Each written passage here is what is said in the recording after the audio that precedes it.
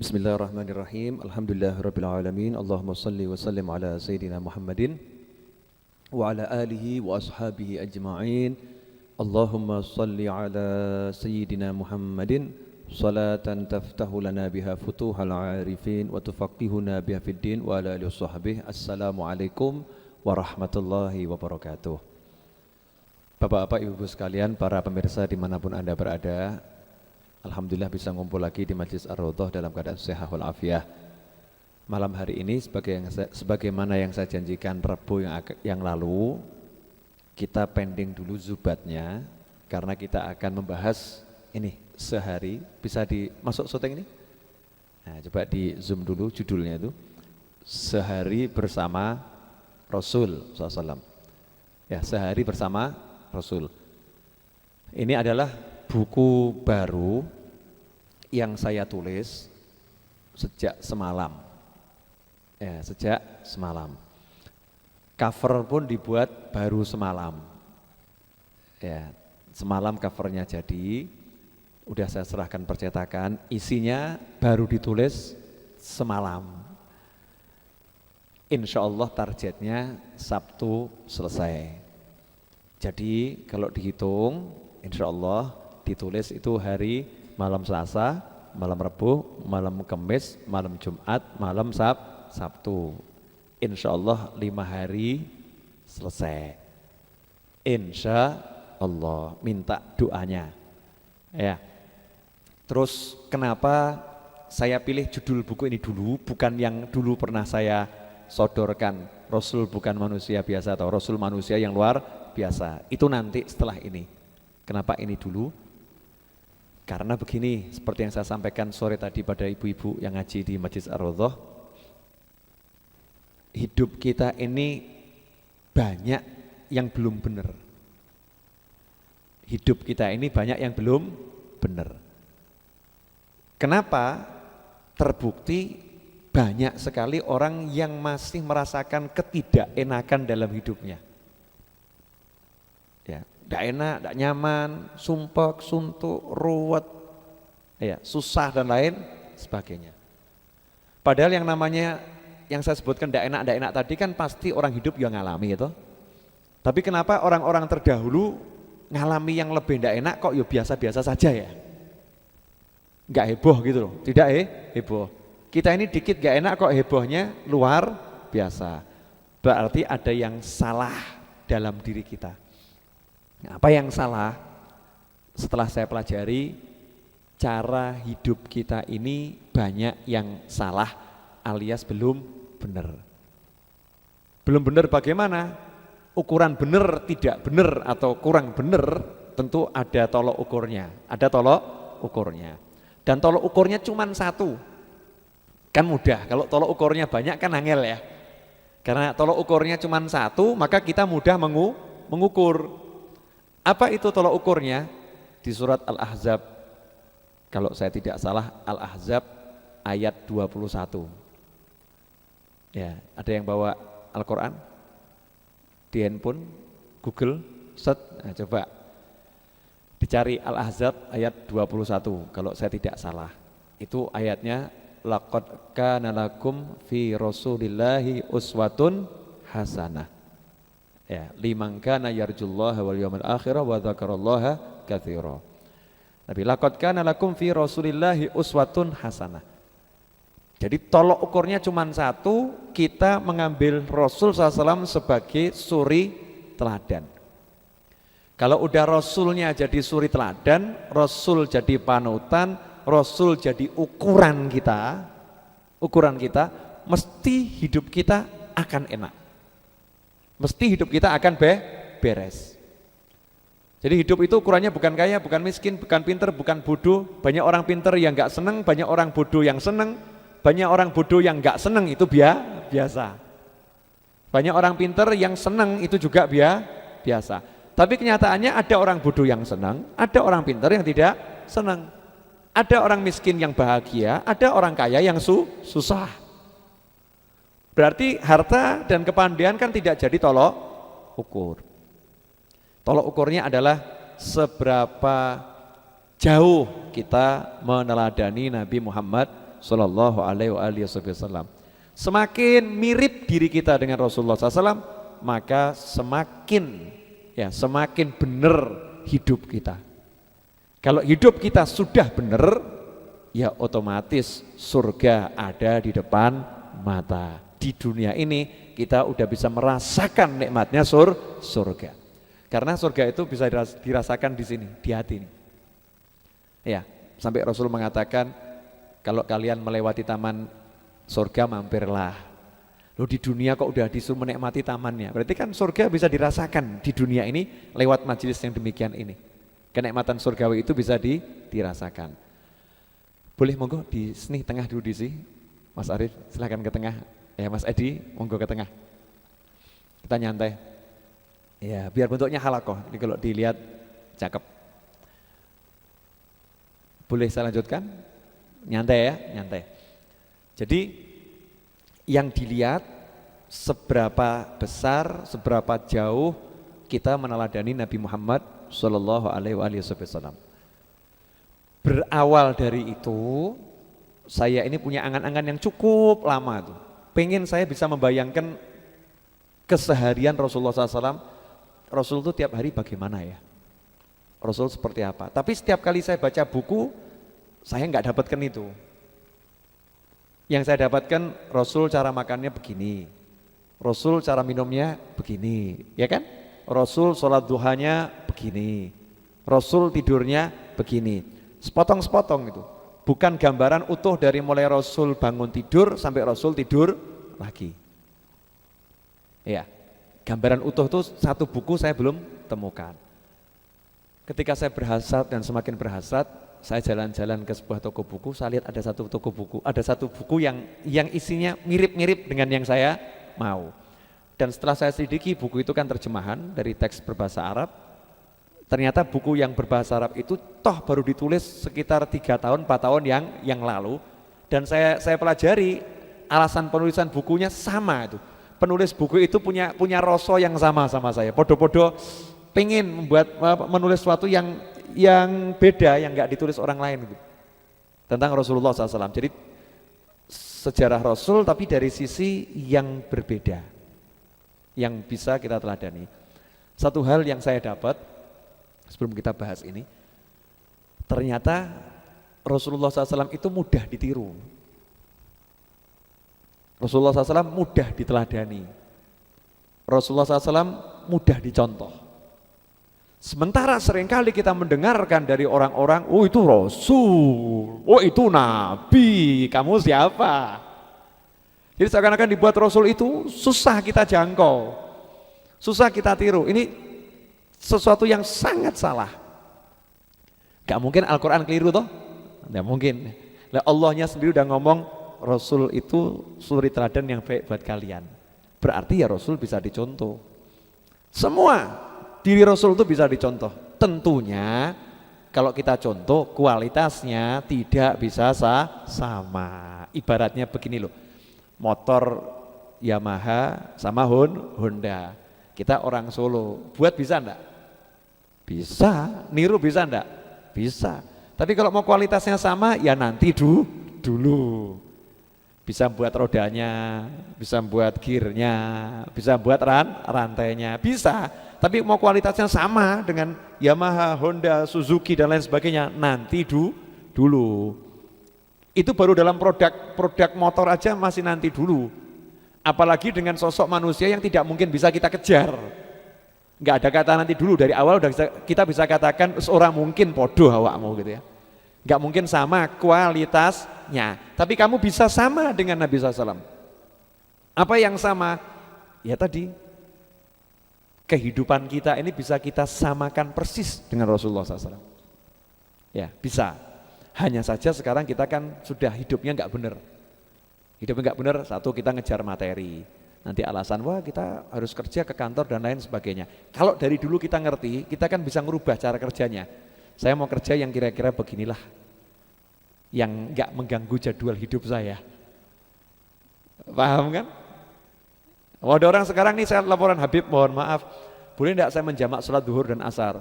Karena kalau saya sholat duhur sendiri, asar sendiri dilarang bos saya karena menghabiskan waktu, saya nggak boleh sholat. Kalau saya suruh jawab, metuwo. Kamu dapat duit seberapa tidak sebanding dengan akhiratmu yang tersingkirkan. Tapi saya butuh ngasih nafkah bla bla bla lah, ya kan udah terlanjur kan cara hidupnya enggak bener kan. Cara kita ini tidak bener gitu. Makanya ya dunia dapatnya dikit, akhirat bangkrut. Dunia dapat sedikit, akhiratnya bangkrut. Walaupun alasannya macam-macam, mau ngasih nafkah dan sebagainya, cara ngasih nafkah masih sangat banyak. Seperti yang saya sampaikan, jual pisang goreng keliling Solo cepat sugih. Tapi jenengan mau ngamalkan, ya toh? Betul enggak? Sudah ngamalkan belum nih? Belum kan? Belum. Mas Andri itu jual apa itu? Bakso apa? Ciloknya. Itu bakso cilok aja jualnya cuma berapa jam aja sudah cukup buat menghidup dirinya. Berapa jam tok? Enggak lama itu bisa ngurus majelis. Karena beliau senang lebih baik ngurusi majelis gitu daripada waktu habis untuk jualan. Jual pisang goreng keliling Solo itu kalau jualan benar cepat sugih.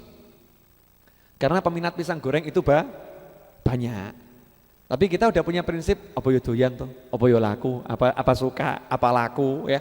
Isin, masa saya ngelilingkan pisang goreng. Kalau kita mau bawa satu hari 100 pisang goreng, masa jual nyari 100 orang nggak laku?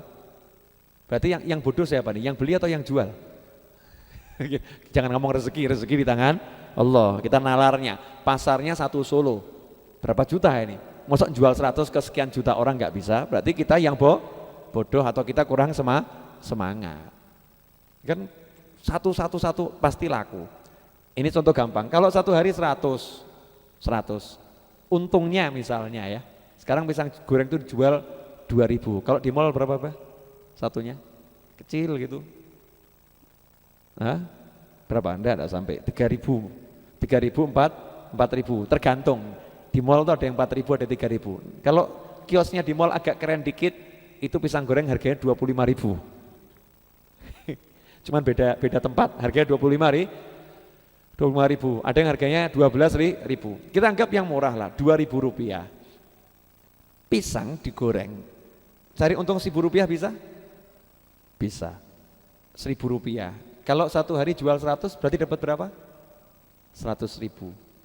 Jadi kalau kerjanya itu 24 hari dapatnya berapa? 2.400.000. 2.400.000 cuman dengan jual pisang goreng itu kira-kira indah atau tidak indah? Indah. Sepele kan? Nah ya, karena kitanya yang nggak mau buka diri maka nggak dapat seperti itu ya. Kita kembali ke permasalahan tadi. Ini lagi prolog ya, nyantai sambil minuman udah dapat semua. Ya siapa tahu saya ngomong begini ada yang nonton ya. Terus akhirnya tadi yang nganggur, memberanikan diri jual pisang goreng. Akhirnya dapat duit banyak, seneng kan ganjarannya tak pek dewi, jenengan gak usah. Ya tapi tetap jenengan dapat, karena mendengarkan kan bareng-bareng ya. Kan ganjarannya ganjaran berjamaah. Nah Rasulullah SAW mudah ditiru, mudah dicontoh. Asal kita mau. Makanya Allah mengatakan di ayat tadi, liman kana yarjullaha wal yaumal akhir wa dzakarallaha katsira. Buat orang yang betul-betul mengharapkan Allah, pengen dapat ridhonya Allah, pengen disayang Allah, pengen diangkat derajatnya oleh Allah, pengen diampuni Allah, yang memang tujuannya udah ke Allah. Orang yang kemudian banyak berzikir kepada Allah dan banyak ingat hari akhir, mengharapkan hari akhir, pasti dia akan semangat meneladani Nabi Muhammad SAW. Nah, insya Allah kan kita termasuk orang-orang itu ya, yang pengennya tuh Allah, hari akhir, Rasul kan pengennya begitu. Berarti kita harus kuncinya meneladani Nabi Muhammad SAW. Nah ini yang pengen saya terangkan, kita pilih judul Sehari Bersama Rasul. Maksudnya apa? Sehari Bersama Rasul. Coba semua bayangkan begini, kalau sekarang saya ngajak Anda semua pergi, Rasul masih hidup SAW, ya bayangkan Rasul masih hidup, saya ngajak Anda semua pergi ke Madinah untuk berjumpa Rasul SAW, kemudian diberi kesempatan oleh Rasul untuk tinggal bersama beliau selama 1 hari 1 malam. Kira-kira senang enggak? Senang. Kemudian kita bisa melihat bagaimana Rasul duduk bersama keluarganya, bagaimana Rasul makan, terus Rasul itu keluar dari rumahnya jam berapa, ketika di masjid seperti apa, bersama masyarakat kira-kira bagaimana. 1 hari bersama Rasul ini kira-kira akan mengubah hidup kita berapa tahun? Seumur hidup. Kita pulang ke Solo, kita katakan aku udah ketemu Rasulullah. Wah aku sehari hidup bersama Rasul, oh ternyata tuh Rasul begini, oh Rasul begini, itu akan kita bawa seumur hidup dan kita tularkan kepada orang lain. Pertanyaan saya, apakah Rasul sudah meninggal? Sallallahu. La, memang Rasul meninggal, tapi Rasul tidak pernah meninggal. Itu yang ngomong Al-Quran kan? Jangan kamu kira orang-orang yang gugur di jalan Allah itu mereka gugur, mereka mati. Bal ahya, bahkan mereka itu hidup, mendapatkan rezeki dari Allah Subhanahu wa taala. Lah kalau yang namanya syuhada saja hidup. Lah ini pimpinannya para syuhada kira-kira hidupnya bagaimana? Lebih hidup lah lagi kan seperti itu. Nah, terlebih-lebih ajaran Rasul itu nggak pernah mati. Artinya semua bentuk hidupnya Rasul itu kalau sekarang ini kita punya kamera, kita bisa merekam orang, ya. Alhamdulillah Rasul itu juga direkam, tapi yang merekam bukan kamera, yang merekam manusia, yaitu para sahabat, istri Rasul, paman Rasul, ya, cucu Rasul, sahabat-sahabat Rasul, semua merekam dan semua menyampaikan. Saya lihat Rasul begini loh, saya mendengar Rasul begini loh. Nah rekaman-rekaman yang wujudnya ucapan tadi kemudian ditulis dalam bentuk buku-buku hadis, buku-buku sejarah. Sebagian riwayatnya sahih, sebagian riwayatnya dhaif. Hanya orang bodoh yang menolak hadis dhaif. Karena dengan dia menolak hadis dhaif tentang keseharian Rasulullah SAW, maka dia akan kehilangan potret Nabi Muhammad SAW. Tapi kalau orang yang pandai, dia akan ambil semua hadis yang dhaif tadi, kemudian dia ambil hadis yang sahih, berpijak dengan hadis yang sahih, maka potongan-potongan hadis dhaif ini digunakan untuk melengkapi gambaran tentang Nabi Muhammad sallallahu alaihi wasallam.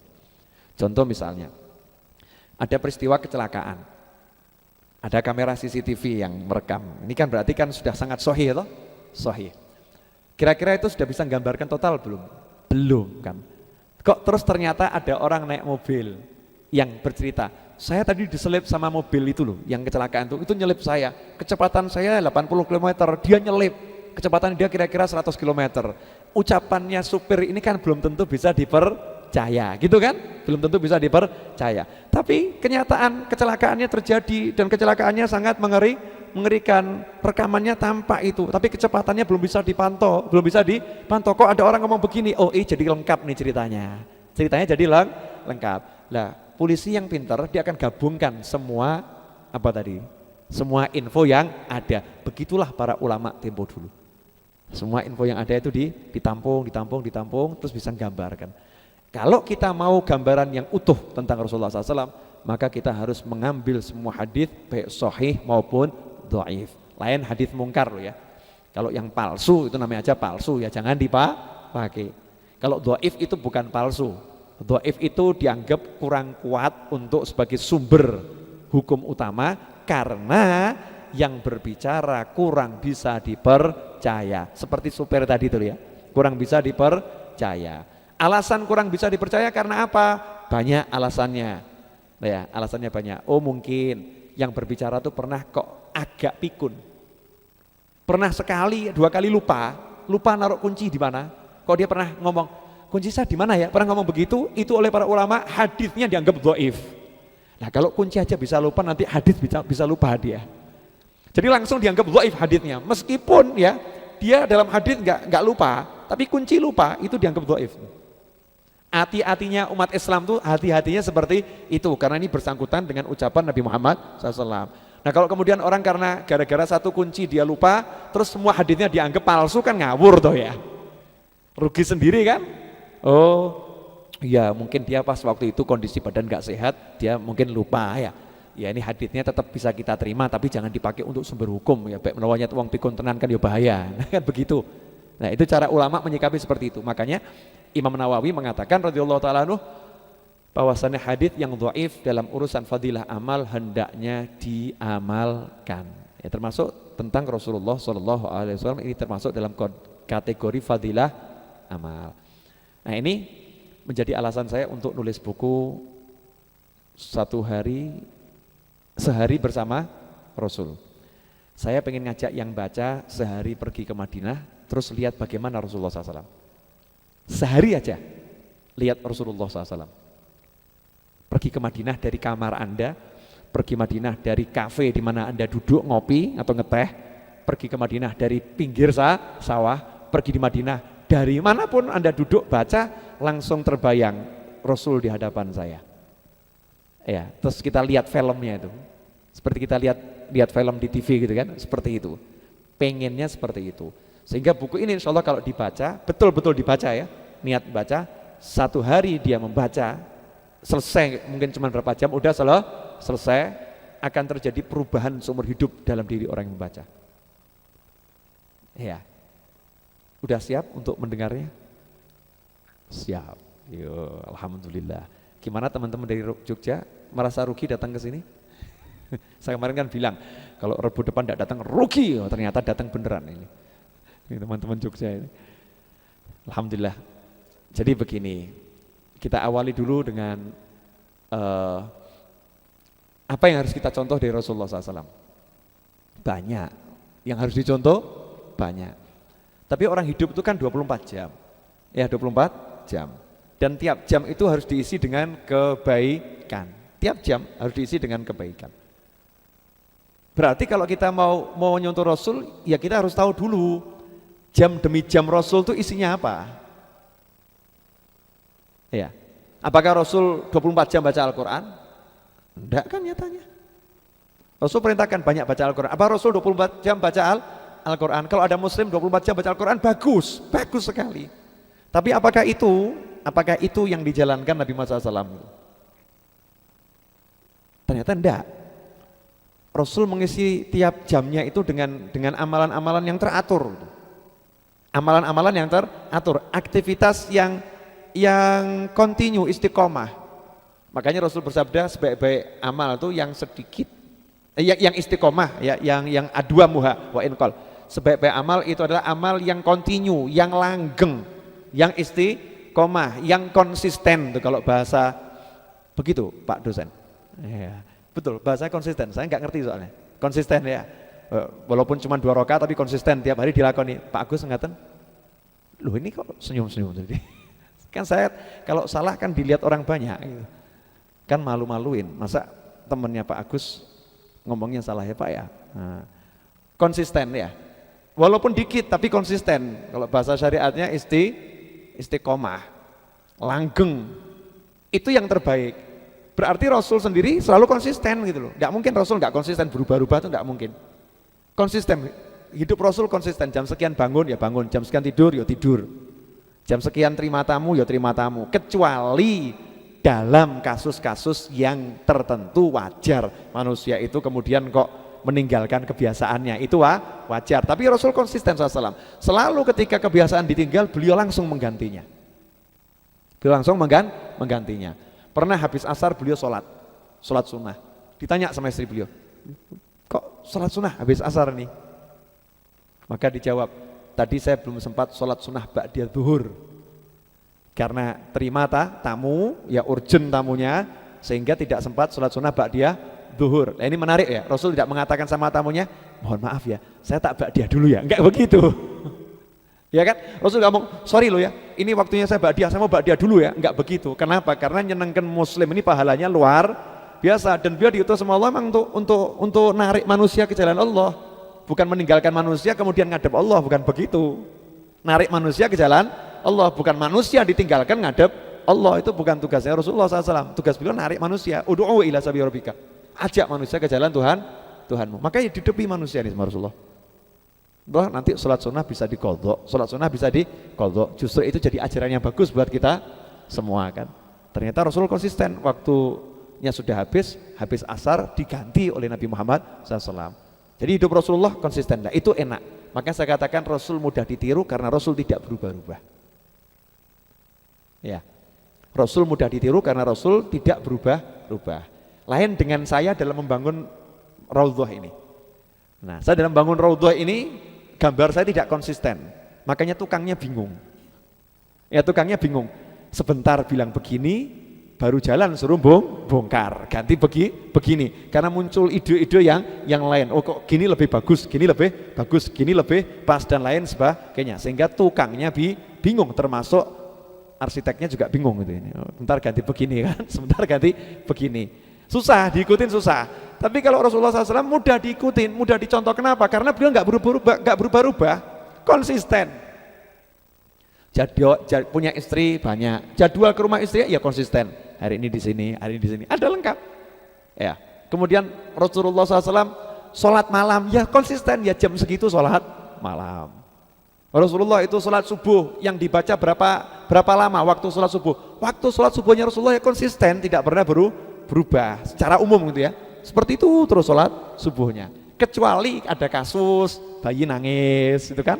Ada ibu bawa bayinya. Ini kan kasus yang jarang terjadi waktu itu di Madinah Al-Munawwarah. Akhirnya Rasul mempersingkat sholatnya. Yang tadinya sholatnya panjang dipersingkat. Bukan cepat loh ya, mempersingkat. Nah itu gambaran Rasulnya konsisten, Rasulnya istiqomah, Rasulnya jadwalnya teratur, Rasulnya tidak berubah-ubah, Rasulnya bisa dicontoh, Rasulnya bisa ditiru. Pertanyaannya, mau ndak? Kan gitu ya. Makanya Allah ngembel-ngembelin itu di belakang ditulisin Al-Qur'annya, bukan cuman laqad kana lakum fi Rasulillahi uswatun hasanah, selesai, tidak. Buat kalian semua dalam diri Rasul ada suri teladan yang baik, tidak selesai di situ. Liman kana, buat orang yang mau kepada Allah, yarjullah, mengharapkan Allah bisa menjadikan Rasul sebagai suri teladan. Kalau yang tidak punya keinginan begitu, walaupun muslim, ya susah menjadikan Rasul sebagai suri teladannya. Susah. Nah kita sekarang buat diri kita mudah, karena Rasul mudah. Jangan dibuat angel. Kita mulai dulu sekarang. Kapan Rasulullah SAW itu tidur? Kan manusia itu hidup kan cuman tidur dan bangun tidur. Seperti katanya Mbah Surip, bangun tidur, tidur lagi. Kan gitu Mbah Surip ya, bangun tidur, tidur lagi. Makanya kita kalau mau meneladani seorang harus ngerti dulu tidurnya kapan, bangunnya kapan. Ternyata Rasulullah dalam 24 jam itu tidur 3 kali. 24 jam Rasul itu tidur 3 kali. 3 kali itu kalau jumlahnya banyak atau sedikit? Kalau dilihat 3 kali kan banyak ya. Kita ini kan tidur paling cuma sekali itu. Tidur malam, siang nggak sempat tidur kan, kerja itu kan. Tidur malam itu sekali itu. Tapi kita sekali tidur malam subuh hilang. Ya kan? Kadang isanya juga hilang, isya hilang, subuh hilang. Kita ini sekali tidur malam 12 hilang semuanya, itu kita. Rasulullah SAW tidur 3 kali, tiga kurun waktu beliau tidur, tapi jumlahnya itu tidak sampai 3 jam. Total itu tidak sampai 3 jam. Mungkin yang nonton tayangan ini boleh tidak sepakat, ya, boleh tidak sepakat. Tapi saya akan tunjukkan bukti-bukti. Ya kan? Sekarang kan semua harus berlandaskan kan asas hukum. Hukum ini ya. Ini hukumnya akan saya sodorkan. Ini loh buktinya, ya kan? Bisa ditelusuri, bisa dilihat, karena semua orang bisa baca itu. Karena Nabi SAW itu milik umatnya, maka diboleh semua orang baca, bukan cuma ulama. Disebutkan oleh Sayyidatuna Aisyah radhiyallahu taala anha dalam hadis yang sahih Bukhari, Muslim maupun yang lain, kana yanamu awwalahu wa yaqumu akhirahu.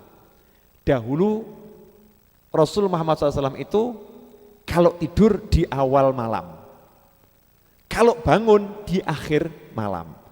Nah kita perlu hati-hati. Makanya orang itu perlu nanya sama ahlinya.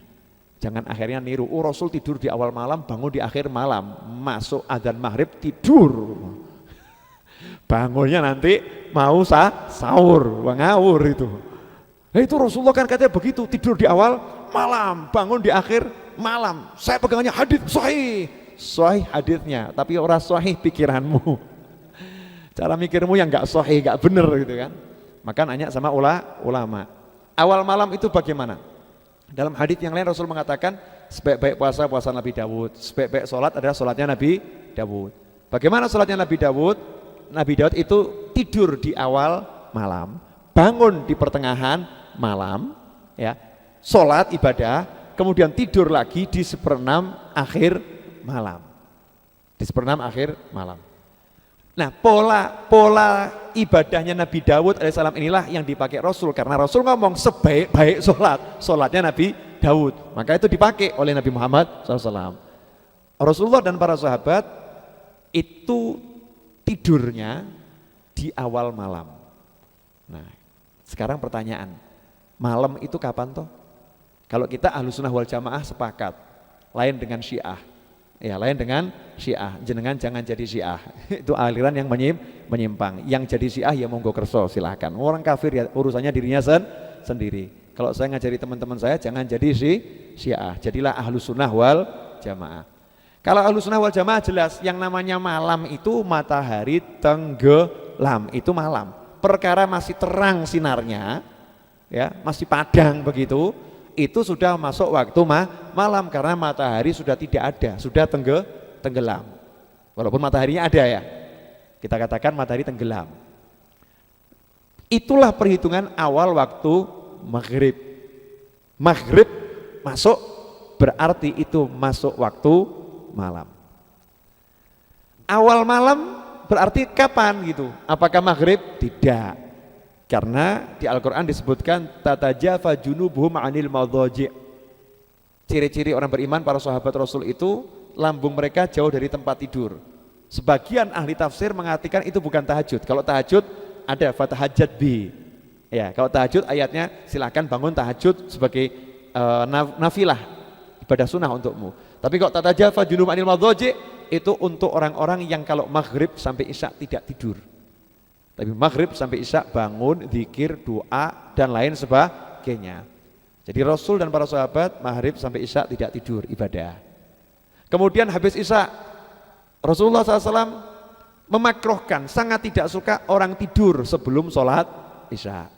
Jadi Rasul menganjurkan orang sholat isya dulu, gitu kan? Kemudian Rasul juga tidak suka kalau habis sholat isya ngobrol-ngobrol yang tidak ada manfaatnya, kan begitu. Rasul juga menganjurkan hendaknya tidur itu sudah sholat witir dulu, seperti yang dijalankan Sayyidina Abu Bakar As-Siddiq radhiyallahu ta'ala anhu. Kemudian Rasul menganjurkan sholat sunnah ba'diyah isya. Kemudian Rasul juga menganjurkan untuk terima tamu, karena Rasul juga setelah isya ya terima tamu.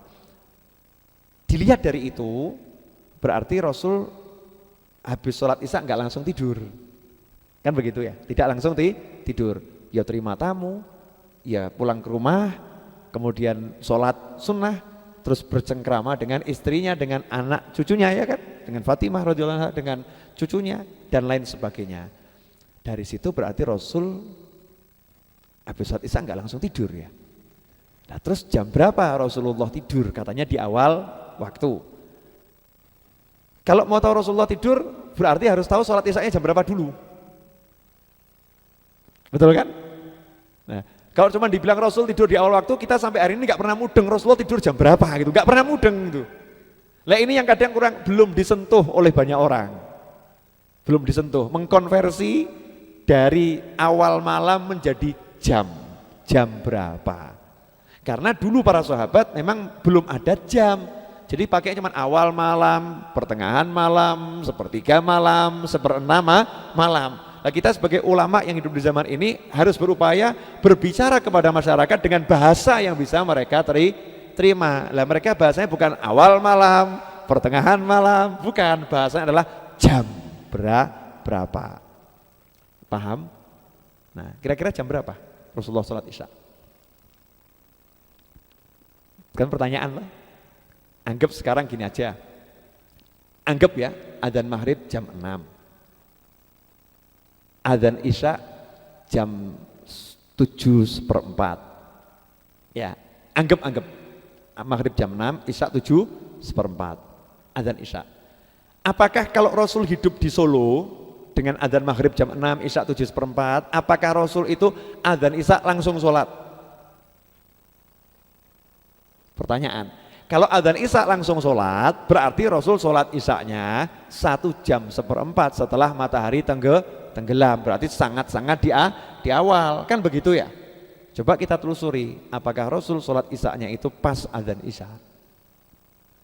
Ternyata kita pelajari berbagai kitab yang ada, tidak saya temukan Rasul itu adzan isya langsung sholat isya. Karena kebiasaan Rasulullah SAW itu beliau maghrib melakukan sholat sunnah awabin di rumah. Ya kan? Kemudian kebiasaan orang Arab dan menjadi sunnahnya Rasulullah SAW, mereka itu makan malam di antara maghrib dan isya. Di antara maghrib dan isya. Karena itulah banyak orang yang berbuka setelah sholat maghrib, makan besar setelah sholat maghrib. Karena itulah para sahabat sehat. Karena apa? Tidak ada sahabat yang makannya jam 8 malam, nggak ada yang makannya jam 9 malam, nggak ada makannya jam 10 malam, semua makan di awal malam. Sehingga ketika tidur, perut ini sudah dicerna semua yang ada dalam perut. Kenapa kita sakit, kolesterol tinggi dan lain sebagainya? Karena cara tidur kita dan cara makan kita sudah jauh dari cara hidup Nabi Muhammad Shallallahu Alaihi Wasallam. Menarik enggak ini informasi ini? Menarik ya. Sudah mulai pengen merubah cara makan malam? Malam ini jangan dirubah dulu karena terlanjur tadi belum makan kan ya. Ya, besok boleh kalau mau dirubah besok kita rubah. Nanti udah sampai babnya. Ini babnya baru tidur dulu kok. Nanti kita praktek tidurnya dulu aja ya. Praktek tidurnya. Saya tadi praktek tidur Rasul di waktu siang, hasilnya badan saya enak, seger gitu. Ya.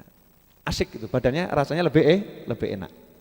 Coba sekarang gini, setelah saya pelajari dan menurut ulama loh ya, kita belajar betul, Rasul SAW riwayat mengatakan lebih suka sholat isya itu diakhirkan. Rasul lebih suka sholat isya dikerjakan di akhir malam. Maksudnya akhir malam itu bukan akhir malam itu ya, di awal malam tapi yang akhir. Paham ya? Di akhir malam sebelum tidur. Nah, lebih suka begitu.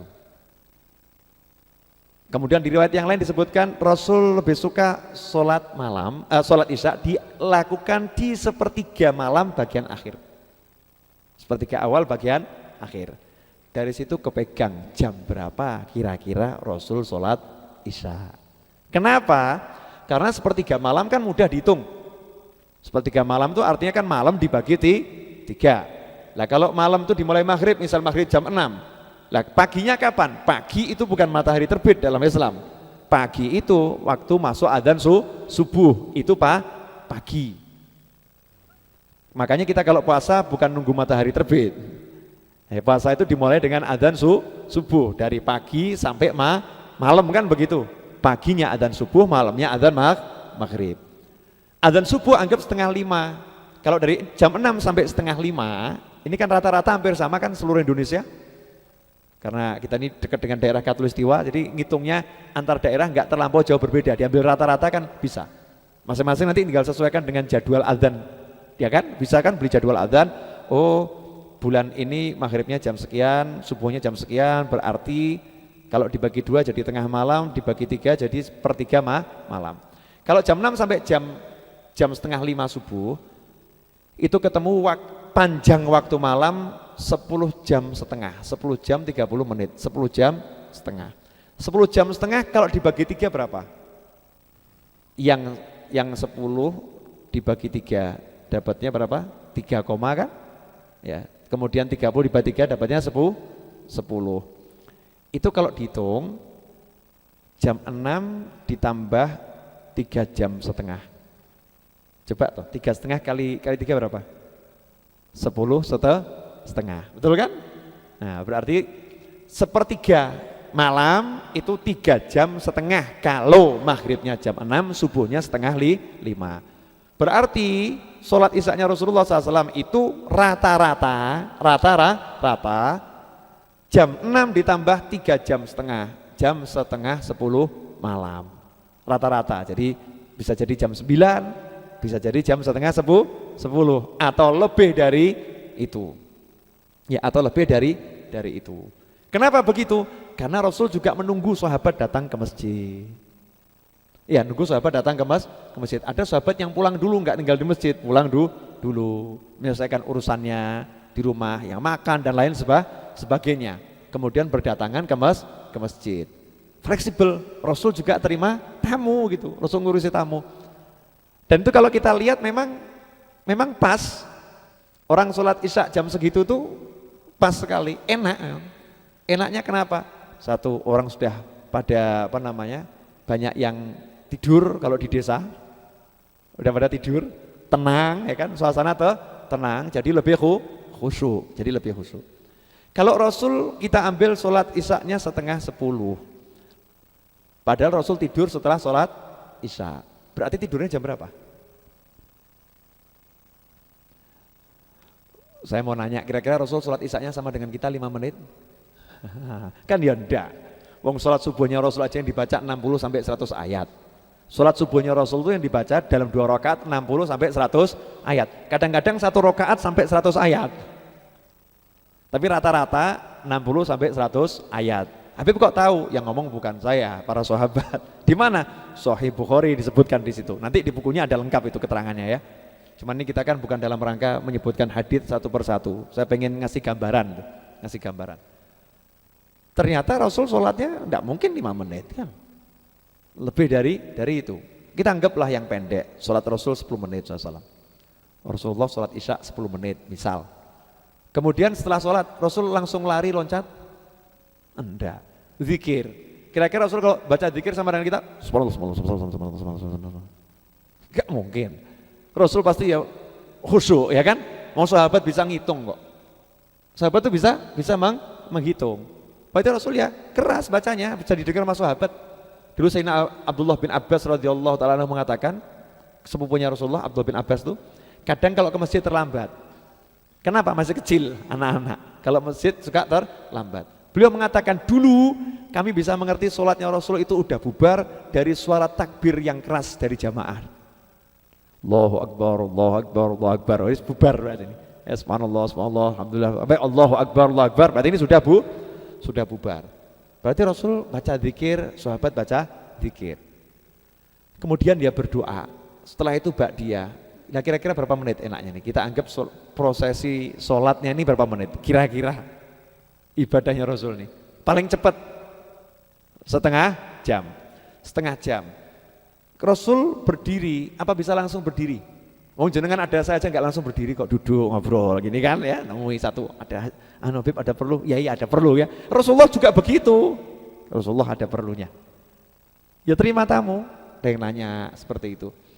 Kira-kira butuh waktu berapa lama? Bercengkrama nih. Udah ambil yang pendek aja setengah jam. Jangan panjang-panjang, nanti kita pusing nanti. Ya, ambil yang mudah aja setengah jam. Rasul baru pulang ke rumah ketemu istri. Ya, ketemu keluarga. Anggap gak lama-lama ngobrol sama keluarganya, mungkin sudah capek waktunya istirahat. Ambil 15 menit. Berarti berapa nih? Dari mulai isya sampai masuk rumah sampai tidur? 1 jam 1/4. Kalau jam 9:30 ditambah 1 jam berapa? 10:30. 10:30 ditambah 15 menit berapa? 11 kurang 1/4. Oke, Rasul tidur jam 11 kurang 1/4. Ini kalau kita konversi ke jam ya. Rasul tidur jam 11 kurang 1/4. Ini udah punya gambaran sekarang cara hidupnya Rasul. Ini saya belum sebutin kegiatannya, itu nanti ada di buku tuh kita bahas lengkap kegiatannya. Tapi ini kita bahas jam-jamnya dulu ya. Oke. Terus Rasul tidur jam berapa? Rasulullah tidur itu di pertengahan malam awal. Pertengahan malam, jadi panjang malam dibagi 2, 10 jam setengah bagi 2 ketemu 5 jam 15 menit. Jam 6 ditambah 5 jam 15 berarti jam 11/4. Kalau maghrib jam 6, subuh jam 4:30 berarti Rasul biasanya tidurnya itu jam 11. Bangun dari tidur, Rasul bangun dari tidur di pertengahan malam. Berarti Rasul bangun dari tidur jam 11/4 ke atas. Bisa jadi tepat jam 11/4, bisa jadi jam 11:30. Kalau Rasul tidur jam 11 kurang 1/4, anggap bangunnya 11:30, nggak tepat jam 11/4 gitu ya. Anggap jam 11:30 atau jam 12 kurang 1/4. Berarti tidurnya Rasul berapa lama? Di antara setengah jam 1 jam.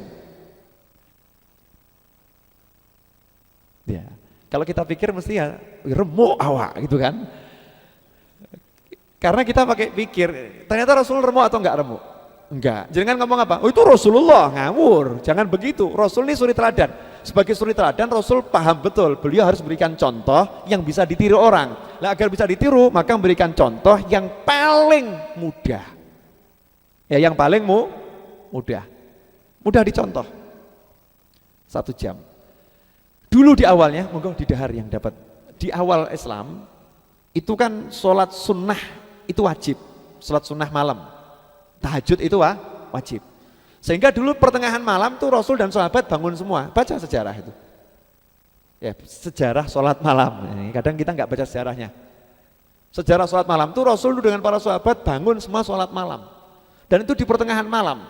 Lah karena tidak tahu malam ini berakhir jam berapa, gitu kan? Pokoknya berakhirnya subuh. Nah taunya subuh harus lihatlah langit. Yang tahu kan hanya orang-orang yang tertentu yang pakar nih ngerti udah masuk waktu subuh. Sehingga dulu sahabat dan Rasul tuh kalau sholat malam panjang sekali. Karena dulu awalnya sholatlah di pertengahan malam sampai subuh itu wajib. Makanya dulu yang bengkak bukan cuman kakinya Rasulullah SAW, hatta tawaramat qodamah, sampai kakinya bengkak itu bukan cuma Rasulullah, tapi sahabat yang bengkak kakinya juga banyak. Berapa lama kira-kira sahabat diwajibkan sholat malam bersama Rasulullah SAW? Fase Mekah itu, sebelum turunnya sholat wajib 5 waktu. Ya, sebelum turunnya sholat wajib 5 waktu. Sampai belum turun penghapusan sholat sunnah itu malam itu wajib, yang saya baca kurang lebih 10 tahun sahabat sholat malam dalam kondisi wajib. Wih, kira-kira asik tuh. Yuk asik mau imamnya Rasulullah SAW kok ya. Yuk asik mau orangnya memang cari akhirat, asik aja. Seperti orang yang main badminton tiap malam tuh badminton itu semakin lama semakin asik. Memang seneng kok ya. Capek kamu remuk, saya ngomong remuk sopo pena gitu kan. Enak dia seneng kok. Nah ini kan tadi kaliman kana yarjullah, memang orang-orangnya mengharap Allah, diajak ngadeg ya seneng. Diajak ngadeg seneng. Oke, pertengahan malam Rasul bangun. Terus ngapain? Ya, terus ngapain? Rasul kalau bangun ya sholat. Enggak ngapa-ngapain, bukan ngurusi istri, bukan ngurusi Indomie. Enggak, atau istri enggak ngurusi suami yang bangun memang betul-betul untuk sholat malam. Terus berapa lama Rasulullah sholat malam? Tadi tidur yang pertama Rasul sudah ya? Ya, tidur yang pertama Rasul kurang lebih jam 11 kurang seperempat atau mungkin setengah 11, bangunnya sekitar setengah 12 ya, 11 per 4 atau 12 kurang seperempat, artinya cuman kurang lebih 1 jam. Terus sholat. Ya, sholat dan sholat. Sampai kapan sholatnya? Sampai subuh? Tidak. Rasul tidak sholat sampai subuh. Sampai tiba 1/6 akhir malam. 1/6 akhir malam itu kapan? Ya panjang malam dibagi 6, nanti waktu subuh dikurangi hasilnya itu. Nah kalau tadi 10 jam setengah dibagi 6, itu ketemunya kalau waktu subuh jam setengah 5, maka 1/6 akhir malam dimulai dari jam 3 kurang seperempat, kurang lebih 3 kurang seperempat itu 1/6 akhir malam. Berarti Rasulullah SAW sholat malam kurang lebih dari jam setengah 12 sampai jam 2 kurang seperempat atau lebih dari itu. Bisa jadi sampai jam 2, bisa jadi sampai jam 2 seperempat. Karena itu cuma batasan 1/6 akhir malam. Tidak kemudian Rasul tidurnya 1/6 akhir malam, enggak. Di kurun waktu 1/6 akhir malam sampai waktu subuh. Kalau 1/6 akhir malam itu jam 3 kurang seperempat, subuh setengah 5, bisa jadi Rasul itu berhenti sholatnya jam 3, bisa jadi jam 3 seperempat. Cukup jelas? Jelas? Ini mandok-mandok semua nih? Jelas semua. Monggo Bu, lebet. Jelas atau pusing? Coba, saya takut salah ngitung ya. Coba dihitung ulang. 10 dibagi 6 itu berapa dapatnya? 1,5 ya. Betul kan? 1,5 itu kan dapatnya 9 ya. Saya takut salah soalnya. Takut salah. Jadi kurang lebih 1, kalau 10,5 dibagi 6, ya ambilkan laptop saya. Ya, daripada salah. Saya takut salah karena itu angka semua ya. Angka harus pas. Nah, biar kita bisa memperkirakan tepat karena udah saya tulis, udah saya hitung, cuman saya belum menghafalkannya. Berapa? 10,5 dibagi 6? 1,75. Berarti 1 jam 45 menit. 1 jam 45 menit. Kalau jam setengah 5 dikurangi 1 jam 45 menit berapa? Anggap setengah 5 dikurangi 1,5 jam, jadinya berapa tuh? Jam 3, betul kan? 3 dikurangi 15 menit berarti jam 3 kurang 1/4. Jadi benar tadi. Jadi Rasulullah SAW itu selesai sholat tahajudnya jam 3 kurang 1/4 atau jam 3 atau jam 3/4. Baik kurun waktu 1/6 akhir malam. Anggap Rasul berhenti jam 3 lah. Ya, kemudian beliau tidur. Yang kita tahu tidurnya Rasul itu tidak tidur. Rasulullah walaupun tidur tapi tidak pernah tidur. Tanamu ainaya wala yanamu qalbi. Kedua bola mataku terpejam tapi hatiku tidak pernah tidur. Bangunnya lagi kapan? Ini tidur yang keberapa? Yang kedua. Tidur yang kedua 1/6 akhir malam. Jadi kurang lebih jam 3 malam Rasulullah tidur. Jam setengah 12 itu bangun. Ya, jam 11 kurang 1/4 tidur, setengah 12 bangun, ibadah sampai jam 3, terus jam 3 tidur. Nah tidurnya berapa lama? Sampai adzan subuh. Adzan subuh setengah 5. Berarti Rasulullah tidurnya berapa lama yang kedua ini? 1 jam setengah. 1 jam setengah, yang tadi anggap 1 jam, berarti Rasulullah tidurnya 2 jam setengah. 2 jam setengah. Oke. Rasulullah tidur 2 jam setengah. Sekarang saya mau nanya, sepanjang malam tidur 2 jam setengah itu banyak atau sedikit? Buat kita sedikit, buat B.J. Habibie itu pas. Karena yang saya tahu Pak Habibie itu beliau tidur dalam 1 malam maksimal 3 jam. Semasa menjadi Presiden RI itu. Dalam 1 malam tidur maksimal 3 jam. Meneladani Nabi Muhammad SAW. Rasulullah tidur 2 jam setengah. Terus siang, kapan Rasul tidur siang? Sebelum adzan zuhur. Setelah waktu duha akhir, sebelum adzan zuhur. Sekitar mungkin 15 menit, ya mungkin cuma 20 menit, mungkin bisa jadi 5 menit, ya maksimal setengah jam. Ya kalau kita buat total dalam 1 hari Rasulullah SAW tidur kurang lebih 3 jam. Kalau ada orang nulis Rasulullah tidurnya itu 5 jam, karena menganggap sholat isya-nya jam 7. Paham ya? Karena nganggap sholat isya Rasulullah jam 7:30. Beb saya baca di Google itu Rasulullah tidurnya 6 jam ya, dan lain sebagainya. Pakai hitung-hitungannya ada, iya, tapi itu lupa yang hitung. Ditulisnya Rasulullah sholat isya-nya jam 7:30. Karena kita baca literatur nggak begitu kok. Rasul lebih suka tidur di sholat isya di akhir waktu. Berarti selama ini cara tidur kita sudah betul belum? Jauh. Makanya saya sebagai ustadz bingung ngatur cara tidur saya. Kenapa? Karena setiap malam saya ngisi pengajian dan setiap kali pengajian naik mimbarnya jam 10 malam. Naik mimbarnya jam 10 malam. Ya, padahal Rasul tidur jam 11 kurang 1/4. Kalau saya jam 11 saya buat selesai ceramahnya, jamaahnya ngamuk. Panitianya ngamuk. Minta naik mimbar jam 9 ya, yang punya acara lain ngamuk, yang bagian rebana ngamuk, masa nabur rebana cuma 20 menit, yang bagian nyanyi, saya udah ngapalkan sekian lama, ternyata cuma suruh nyanyi 2 lagu, ngamuk kan, repot zaman sekarang ini. Ya, makanya kita perlu terangkan pada masyarakat, buat majelis jangan malam-malam. Ya sesekali nggak apa-apa, tapi kalau tiap pengajian malam-malam kan akhirnya justru banyak sunnah Nabi yang terhilangkan. Karena itu Majelis Rawdhah punya prinsip jam 10 itu selesai, maksimal jam 10:30. Betul kan? Dari dulu kan selalu Rawdhah prinsipnya begitu kan?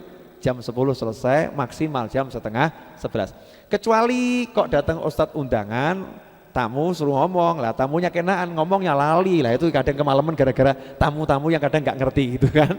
Nah kita karena itu situasi khusus, Rasul kadang kalau ada tamu ya panjang sampai pertengahan malam. Jelas sampai di sini? Udah, ini pembagian waktu dulu ya. Saya belum ngomong loh, ini belum. Sudah ngomong saya? Belum. Ini baru bagi waktu. Nah ternyata setelah kita pelajari, waktu hidup Rasul itu dibagi jadi 4 waktu. Waktu pagi, waktu siang, waktu sore, dan waktu malam. Waktu pagi dimulai dari adzan subuh. Ya, waktu siang dimulai dari zuhur. Waktu sore dimulai dari sholat asar. Waktu malam itu mulai maghrib sampai subuh. Nah tentang perjalanan waktu malam tadi udah saya bahas, ya kan? Tapi kita kan mau mempelajari Nabi mulai dari waktu subuh. Kenapa saya perlu bahas dulu waktu malam? Jangan salah terima. Oh, Nabi itu bangunnya azan subuh ya. Nah, jangan ngawur gitu. Karena kita pelajari sejarah Nabi, kapan Nabi bangun tidur? Azan subuh Nabi baru bangun tidur. Kita niru. Ayo, tangi ini azan subuh. Karena Nabi itu bukan bangun tidur azan subuh. Dikatakan bangun tidur itu kita harus lihat awalnya, awal tidur kapan, bangunnya kapan. Ternyata Rasul awal tidur jam sekian, bangunnya pertengahan malam. Maka kita kalau niru Nabi ya tiru lengkap cara tidurnya dan cara bangunnya. Bukan cuma cara tidurnya ditiru ya, terus cara bangunnya yang akhir ditiru, yang tengah-tengah enggak ditiru. Jadi tidur di awal malam, bangun adzan subuh. Hebat gitu. Hebat malesnya maksudnya. Rasulullah enggak begitu SAW. Yuk kita mulai. Rasul ketika azan pertama, dulu dikenal azan pertama, azan kedua. Azan pertama itu biasanya mengumandangkan Sayyidina Bilal. Azan kedua yang mengumandangkan Sayyidina Abdullah bin Umi Maktum yang tunanetra itu. Bilal azan, Allahu Akbar. Sahabat tahu, ini kalau Bilal azan ini berarti awal 1/6 malam. Paham loh? Nah, kadang kan ada orang yang rodok ngeladrah ngeluarkan fatwa karena baca hadis. Kamu tuh kalau lagi puasa, ya masjidnya sudah azan, kamu makan nggak apa-apa. Makanan sudah dimakan di mulut ya dimakan, dikunyah, ditelan nggak apa-apa, nggak batal puasamu. Ini Ustadz ngeladrah. Ya, Ustadz ngeladrah. Karena dia baca hadis tapi tidak belajar ilmunya. Sehingga banyak orang yang puasanya batal gara-gara dia. Judulnya kalau udah azan masuk waktu ya makanan di mulut dikeluarkan, tidak boleh ditelan. Nah ini kok ada yang ngajari, oh enggak apa-apa itu hadisnya jelas kok. Pernah tuh seorang sahabat lagi makan gitu, terus sudah azan, Rasulullah perintahkan, udah kalau azan berkumandang kamu masih makan, selesaikan makanmu. Padahal itu azannya Bilal. Azannya Azannya Bilal itu sebagai penanda masuknya 1/6 akhir malam, bukan masuknya waktu subuh. Justru itulah waktu sahur. Memang waktu sahur ya rampungno makanmu nggak apa-apa, memang waktu sahur kok ya. Terus no. Lah orang yang nggak ngerti cuman pegangan hadis, tidak belajar asbabul wurud, tidak ngerti ini azannya siapa dan kapan waktunya, asal kemudian mengeluarkan fatwa. Makanya hati-hati. Kadang saya nerangkan sama orang, itu hadisnya ada. Aduh, capek sekarepmu lah gitu. Ya, capek ya, kalau ngomong sama orang diterangkan enggak mau terima ya wes yo karepmu. Yang penting kewajiban kita nerangkan sudah kita sampaikan, karena saya paling tidak suka debat. Debat itu yang paling tidak disukai Nabi Muhammad SAW. Saya ngasih penjelasan begini, kamu terima ya monggo, enggak diterima ya monggo. Sakarepmu. Enak loh aslinya ya. Nah ngapain mau debat sama orang? Hati panas, pikiran pepet, awak lemes gara-gara berdebat. Betul tak? Betul tuh. Nyantai aja. Keterangannya begini loh. Nah hadisnya begini. Iya, tapi keterangannya begini. Mau monggo, nggak percaya ya bu, boleh. Enak. Jelas? Adzan Bilal, Rasul masih tidur. Kenapa? Karena baru tidur. Sementara sekarang adzan pertama ya itu dikatakan ini adzan gugah sholat. Padahal Rasul ngajak orang di waktu itu untuk tidur. Paham enggak nih bedanya? Penerapan sunnahnya nih, paham enggak bedanya? Bilal adzan di 1/6 awal malam itu sebagai penanda ini sudah 1/6 awal malam. Yang tahajud, yang doa, yang zikir, waktunya kamu istirahat. Waktunya kamu istirahat toh. Karena Kanjeng Nabi jam segini juga istirahat. Masa ada begini, hei sahabat bangunlah, Nabi mau tidur. Masa ada begitu? Kan enggak toh ya. Oh itu nyata itu jam tidurnya Nabi Muhammad SAW, berarti kan itu pemberitahuan ini jam tidur. Tapi kok hayya ala sholat, iyo gitu ya, yang semalaman tidur, nah ini lain waktunya.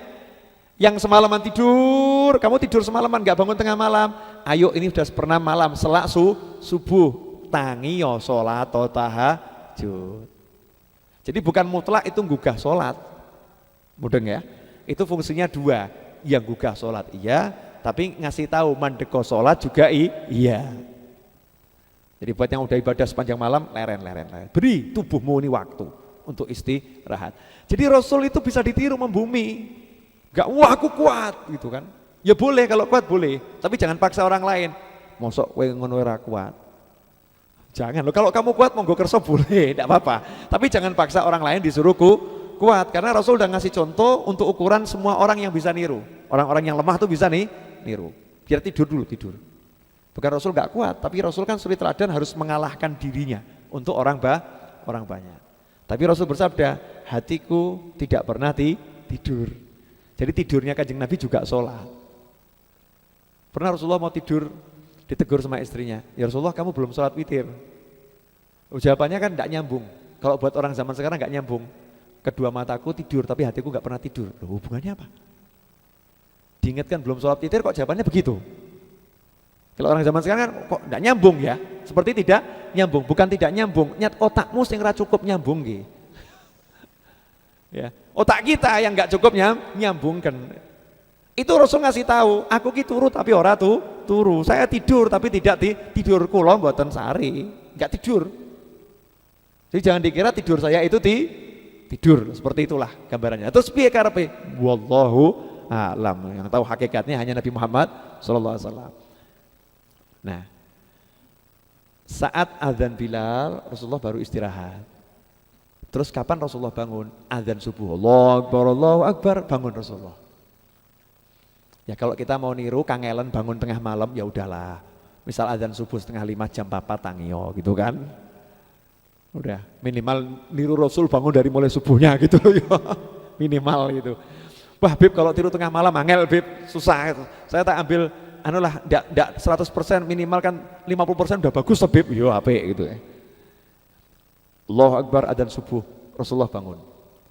Begitu bangun, Rasulullah langsung gosok gigi, siwak. Siwak tuh memang sunahnya pakai kayu arak itu ya. Kayu arak itu khusus, memang diteliti banyak khasiatnya.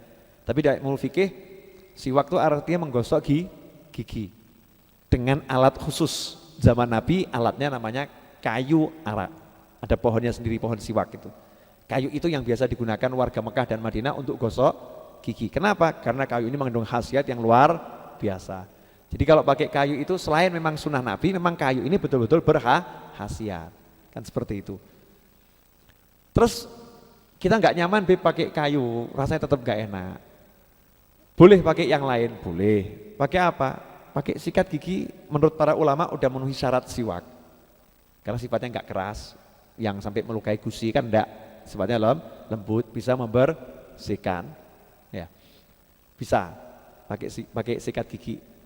Jadi bangun tidur Rasulullah gosok gigi.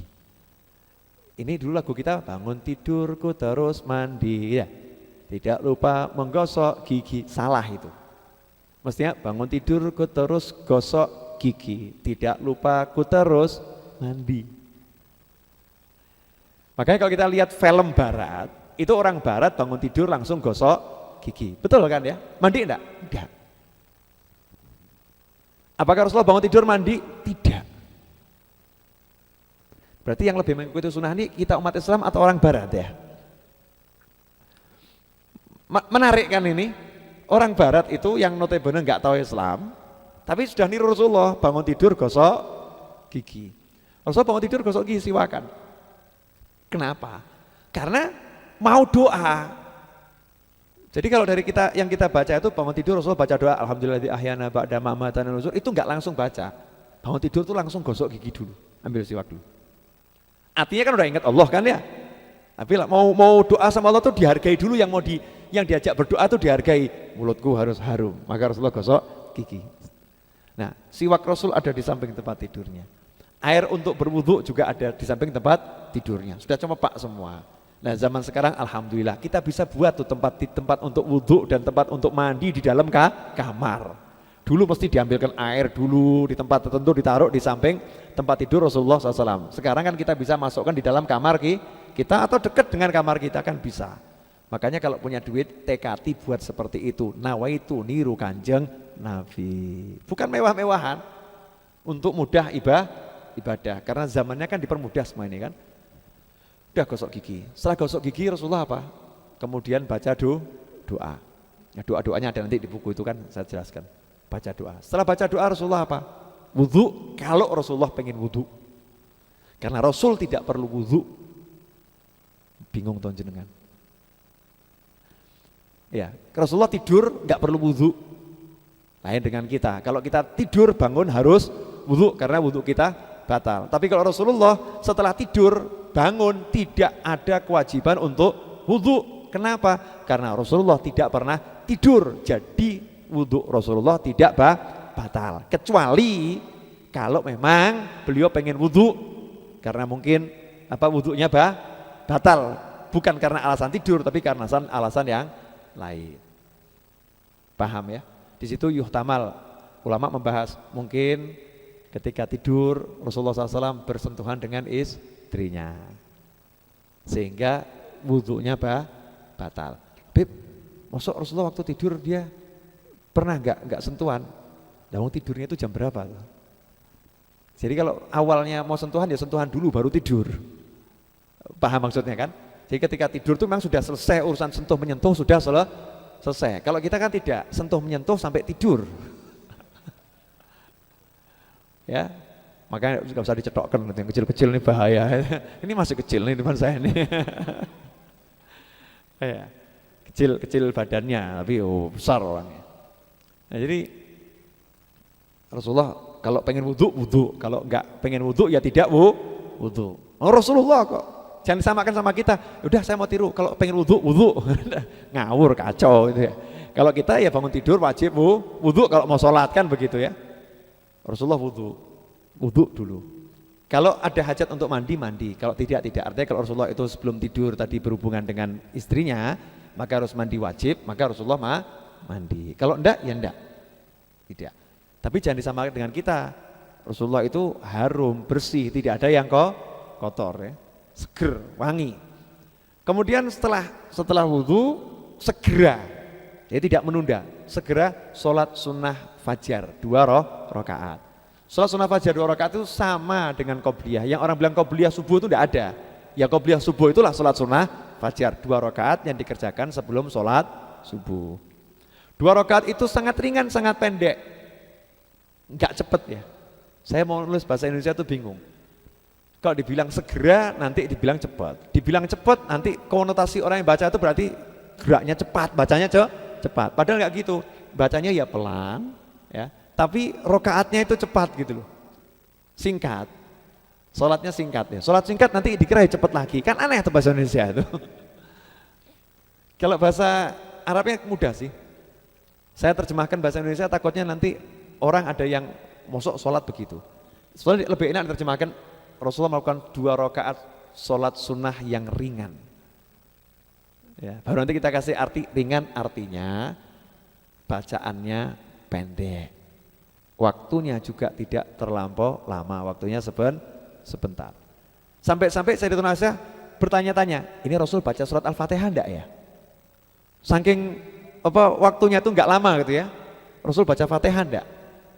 Terus Rasul ngasih informasi, sesungguhnya 2 surat yang paling indah untuk dibaca di sholat sunnah fajar adalah surat Al-Kafirun di rakaat pertama dan Al-Ikhlas di rakaat kedua. Kalau kita hitung waktunya, coba lihat. Buka mata, gosok gigi, wudhu, kalau perlu wudhu, sholat sunnah 2 rakaat. Kira-kira berapa menit? Baru sholat sunnahnya loh nih, plus doa 15 menit ya. Masa doa, alhamdulillah akhirnya padang mata balik nusyur gitu. Awakku, kita ya. Rasul kan alhamdulillahilladzi ahyana ba'dama amatana wa ilaihin nusyur. Alhamdulillah radda alayya ruhi. Kan banyak doanya Rasulullah, bukan cuma satu. Kita kan kasih doa satu aja. Kalau di buku saya kasih satu tuh bukan berarti doanya cuma itu. Maksudnya ben gampang ditiru, timbang ora siji wae gitu kan. Daripada tidak satu sudah bagus.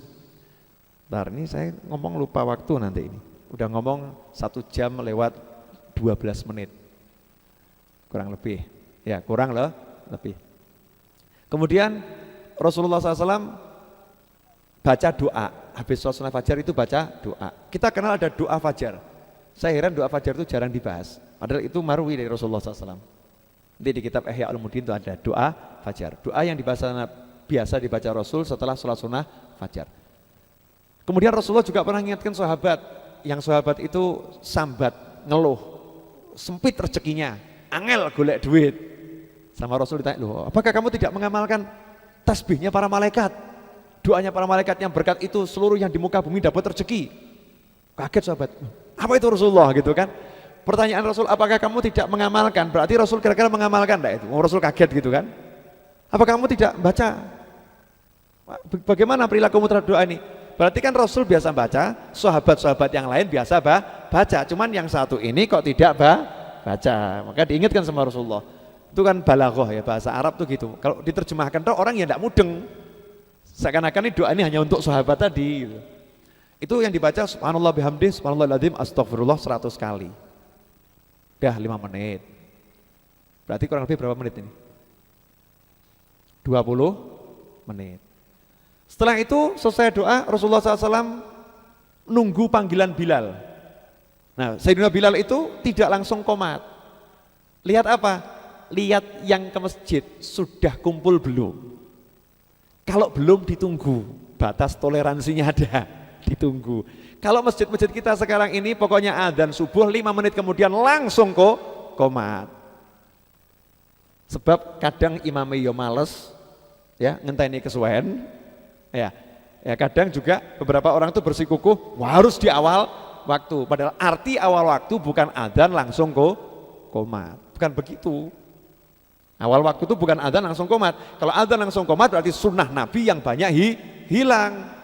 Sholat sunnah fajarnya akan hilang, doa fajarnya akan hilang, zikir habis doa fajar juga akan hilang. Berarti yang dicontoh siapa ini? Ya, itu kan karena kurangnya pemahaman. Coba beliau kan barusan pulang dari umroh. Habis adzan subuh itu kan agak lama kan ya qomatnya. Itu di Madinah Mekah, enggak habis adzan subuh langsung qomat. Betul kan? Butuh waktu sekian lama. Kita dari hotel tuh jalan sampai masjid, sholat sunnah, duduk, itu nunggu masih bisa. Itu di Madinah dan Mekah. Cuman kalau kita praktekkan di Jawa Tengah, Jawa Timur, Jawa Barat itu mau begitu, serampung subuhnya. Bisa ditinggal. Kalau Jawa Barat, Jakarta, Jawa Timur masih mengikuti cara-cara Rasulullah lah, masih baca itu, doa-doa itu dibaca. Tapi sebagian masjid ya begitu, azan subuh langsung qomat. Paling cuma 5 menit langsung qomat. Betul enggak itu? Kan gitu. Lain ditiru siapa ini begini? Pertanyaan kan yang ditiru siapa? Nah kalau kita mau niru Rasulullah, betul-betul niru Rasulullah, jadi ya terapkan dengan benar. Kalau dihitung waktunya berarti anggap Rasulullah bangun, gosok gigi, baca doa, wudhu, sholat, kemudian dzikir setelah sholat, anggap secepat mungkin 20 menit. Ternyata Bilal nggak langsung qomat. Rasulullah baru ke masjid kalau udah dijemput Sayyidina Bilal. Karena rumah Rasul itu kan dekat sekali dengan masjid. Seperti ini, rumah singgahnya Raudhah ini. Ya, ini kan rumah para tamu, rumah kantor saya ngantor, dan rumah untuk penerus-penerusnya saya nanti kelak insya Allah suatu saat. Dari rumah ini ke sini kan dekat. Ya insya Allah jaraknya mihrab ini itu tidak jauh dari mihrab aslinya Rasul, mihrab yang asli Rasulullah ke pintu rumahnya Rasulullah. Kurang lebih jaraknya hampir sama. Kalau Anda nanti pernah ke Raudhah yang asli, jadi ibarat ini Raudhahnya tuh di sini. Memang karpetnya kan hijau itu Raudhah. Karpetnya hijau. Gak jauh, berarti Rasul jalan paling butuh waktu jalan kaki ini sampai di pengimaman 5 menit. Kan begitu ya? Waktu jalan sampai persis di imam kurang lebih 5 menit dengan penuhnya sahabat dan lain sebagainya. Berarti 25 menit dari azan. Ya. Rasulullah sholat, begitu? Enggak. Itu kalau diambil paling cepat 20 menit qomat gitu ya dari azan. Ternyata tidak. Di riwayat disebutkan setelah sholat sunnah fajar dan doanya, Rasul itu berbaring di sisi tubuhnya yang kanan, berbaring, tiduran, enggak tiduran. Rasulullah tiduran. Sekarang saya mau nanya, kira-kira kalau tiduran itu setengah menit, semenit? Ya insya Allah kan sekitar 5 menit dapat lah ya, 5 menit dapat. Berarti kurang lebih 30 menit itu mulai bangun sampai sholat subuh 30 menit. Idealnya adzan subuh 4:30, sholat subuh itu jam 5. Dan itu yang diamalkan di Masjid Jami Asgaf dan di Masjid Riyadh Solo. Setengah jam maksimal, itu setengah jam setelah adzan. Boleh perhatikan. Ya kan? Yang nggak ngerti masjid kok sholatnya awan men. Gitu kan? Padahal justru ini yang menerapkan sunnah Nabi Muhammad SAW gitu loh. Makanya kita tadi kalau nggak jelaskan ke masyarakat, masyarakat menilai masjid-masjid yang rodok begitu ya, rodok awan titik itu subuhnya dianggap, wah ini kok masjid ini sholat subuhnya telat ini, sholat subuhnya telat. Padahal itu justru sholat subuh yang paling mirip dengan Nabi Muhammad SAW. Dalam Sahih Bukhari lebih ngeri lagi penjelasannya sahabat. Ya, sahabat itu menjelaskan, kami tidak selesai dari sholat kecuali kami bisa mengenali siapa yang ada di samping kami. Paham? Dulu belum ada lampu. Jadi kalau masuk masjid itu masih gelap. Mungkin tintir cuman beberapa. Ya, yang namanya tintir itu bahasa Indonesianya apa? Hah? Bukan lilin, apa bahasa tintir? Obor kebesaran. Apa? Lentera. Lentera itu sesuatu yang rodok gede itu ya. Tintir, udah nggak ada. Bahasa Indonesia itu memang miskin dibanding bahasa Jawa. Saya susah kalau mau bab tintir aja tuh susah, angel, tintir gitu, bingung yang baca nanti. Ya penerangan, bahasa Indonesia itu angel. Jadi penerangan yang ada itu masih sangat sederhana dan sedikit, doa banget gitu ya. Tintir. Ya tintir itu penerangan yang pakai gaji, dulu gaji disumet. Bayangkan gaji dibakar itu nyalanya seberapa sih? Nyalanya seberapa? Ya itu dulu penerangannya. Jadi tidak mungkin dipasang sebanyak di masjid itu enggak, cuma dikit. Sehingga mungkin bahkan saya nggak dapat keterangan, saya sampai hari ini belum dapat keterangan di masjidnya Rasul tuh kalau subuh ada penerangan tuh belum dapat keterangan saya. Sampai hari ini ya, selama saya belajar dari pesantren sampai hari ini, jadi kalau ada yang nonton tayangan ini bisa ngasih saya informasi, saya akan sangat-sangat berterima kasih karena saya dapat tambahan ilmu yang luar biasa. Saya baca banyak sekali buku, belum ada keterangan bahwasannya di masjidnya Rasulullah SAW itu di waktu subuh ada penerangan. Sampai sahabat komentar ini kan menunjukkan itu gelap betul kan ya, gelap betul. Kami tidak selesai sholat subuh dan berpisah kecuali kami udah bisa melihat siapa di samping kami. Kenapa? Cahaya matahari sudah masuk ke dalam masjid. Artinya selesai sholat subuh matahari belum terbit, tapi kan cahayanya sudah terang. Berarti sholat subuhnya Rasul sebentar atau lama? Sudah sholat subuhnya memang awalnya itu ya bukan awal banget ya, kemudian bacanya itu 60 sampai 100 ayat. Pertanyaan saya, 60 sampai 100 ayat kira-kira surat apa? Yang untuk ngukur waktu surat apa? Yasin, betul kan? Yasin kan di antara 60 sampai 180-an kan?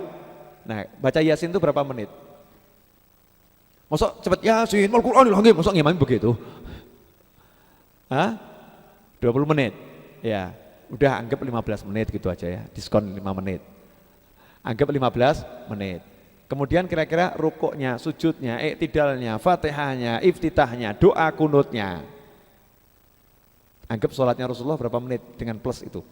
25 menit. 25 menit. Jadi kalau sholatnya jam 5, selesainya jam setengah 6. Coba sekarang kita lihat ya.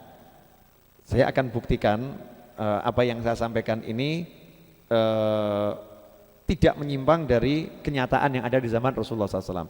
Ini jadwal adzan, ya jadwal adzan. Subuh tertera di sini jam 4.22, akan mirip perkiraan yang kita buat setengah 5. Kita anggap Rasulullah sholat jam 5 subuh ya. Rasulullah sholat jam 5 subuh, di sini matahari terbit jam 5.39. Jadi kalau tadi jam 5 sholat, kemudian sholat Rasul kurang lebih 30 menit, berarti setengah 6 selesai. Setengah 6 selesai, padahal matahari terbit jam setengah 6 lewat 9 menit. Kalau itu sudah terang, betul atau salah? Betul kan? Jadi jam setengah 6 lewat 9 menit itu waktu terbitnya matahari, padahal matahari belum terbit itu sudah terang. Asyik enggak kira-kira itu? Asyik. Jadi kita mulai besok pagi, ya ini insya Allah nyabut semua ini. Semangat gitu loh ya, semangat ini. Kalau kita baru nyonto ini saja, udah nyonto mulai subuhnya aja dah. Ya, bangun sebelum adzan subuh, walaupun 15 menit sebelum adzan subuh ditiru itu.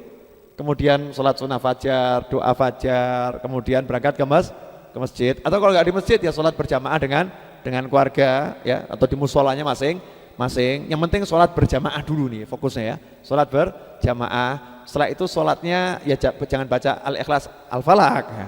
Coba dinaikkan ayatnya sabisma gitu kan ya, sabisma udah sabisma sama wadduha dulu kan ya lumayan tuh ya, sudah lumayan. Setelah itu baca zikir setelah subuh, itu Rasul belum zikir-zikirnya ya, makanya kan diceritakan sahabat itu duduk sampai matahari terbit. Perintah Rasul kan jangan tinggalkan tempat duduk untuk zikir ini sampai matahari terbit. Memang jaraknya antara matahari terbit sampai waktu selesai sholat itu deket gitu loh yo. Jadi pantas kalau zikir itu dibaca suruh sungguh sampai matahari terbit itu ya pantas. Jelas. Nah, kemudian zikir doa ya sampai matahari terbit, sampai matahari naik setinggi tombak. Ya, matahari naik setinggi tombak. Matahari naik setinggi tombak itu kalau dalam bahasa syariat masuknya awal waktu duha. Dan dalam bahasa syariat itulah saat untuk mengerjakan sholat sunnah isyraq. Jadi orang banyak mengerjakan sholat sunnah isyraq ketika matahari terbit. Padahal ketika matahari terbit itu waktu karohah untuk melakukan sholat sunnah. Sholat sunnah isyraq artinya sholat sunnah yang dilakukan saat matahari terbit seujung tombak. Menariknya Rasul itu mengajarkan umat Islam untuk tahu perjalanan matahari tadi, untuk tahu perjalanan waktu demi waktu. Artinya Rasul mengajari kita, hidup kita betul-betul tidak boleh ada waktu yang terbuang sia-sia. Harus tahu jam sekian begini, jam sekian begini, jam sekian begini. Makanya kalau kita ketemu orang tanya, kamu nanti jam segini ngapain? Raruh ciri-ciri orang tersesat ini. Nggak tahu saya jam begini, ini orang tersesat hidupnya. Berarti ini nggak punya jadwal, bukan tersesat jalannya, nggak, ini hidupnya tersesat, nggak punya jadwal. Karena Rasulullah mengajarkan hidup kita nggak boleh tersesat, harus punya pedoman yang pasti, yang pas. Kan keren, kamu jam sekian ngapain? Oh jam sekian ya waktunya saya duha, gaya dikit gitu loh. Oh, ya. Jam sekian ngapain? Oh jam sekian waktunya saya silaturahim untuk cari makan gitu ya. Ada silaturahim cari makan itu. Oh boleh, bagus itu. Nanti saya ajarkan di ini sehari bersama Rasul nih. Nanti ada ilmunya itu, silaturahim cari makan ya. Enggak maksud nyinggung loh Pak, enggak loh ya. Enggak. Memang silaturahim itu kan embel-embelnya ada makan. Mertua saya almarhum itu kalau pagi waktu duha ke atas itu main ke rumahnya bibinya, ke rumah pamannya. Untuk apa? Silaturahim. Kemudian nanya, masa apa hari ini? Ya seneng yang punya, masa ini diincipi makan gitu. Ya buat yang ngamalkan dia seneng, yang ditamoni juga seneng. Ditamoni seneng. Model begini sekarang udah langka. Betul. Padahal ini sunnahnya Nabi Muhammad SAW. Nanti saya terangkan di buku ini. Makanya mulai sekarang nabung. Nanti beli bukunya 10. Ya, yang 9 dijual lagi. Atau mungkin dihadiahkan pada orang lain. Atau ngajak teman-temannya untuk beli. Kira-kira buku ini menarik atau enggak menarik? Seumur hidup saya belum pernah berhasrat nulis buku seperti ini. Walaupun saya sudah nulis banyak buku. Entah itu mana dalilnya, Ahlul Bidah Hasanah, sekilas pandang Thariqah Bani Alawi, tentang syukur, istri idamanku dan lain sebagainya. Tapi yang satu ini membuat hasrat saya itu betul-betul.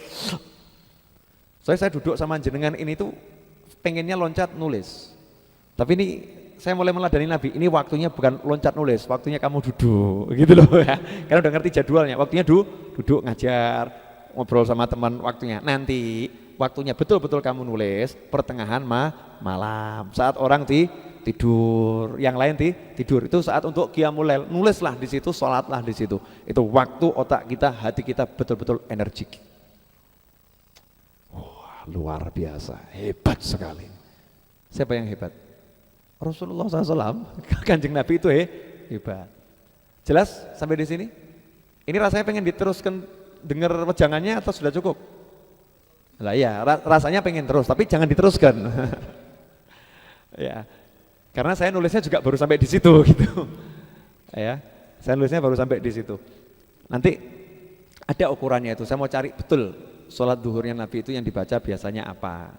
Kan Rasul nggak ngomong mungkin ya, kan sholat duhur itu sir ya, nggak keras. Tapi kan kita bisa tanya dari para sahabat. Sahabat tuh tadi ngomong sekian ayat karena Rasul bacanya Al-Quran kan, mungkin dibaca urut. Ya, mungkin dibaca urut. Hari ini dari ayat sekian sampai ayat sekian, kan mungkin seperti itu. Sehingga komentarnya yang dibaca Rasul sekitar 60 sampai 100 ayat. Hanya saja di hari Jumat surat tertentu yang dibaca Rasul ketika sholat subuh, ada suratnya tertentu. Kalau di hari Jumat, nah, berarti Rasul mengistimewakan hari Jumat.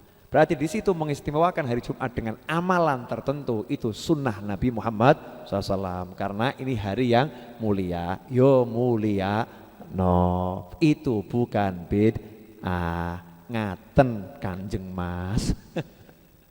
Paham ya? Ini suka enggak nih diajari begini nih?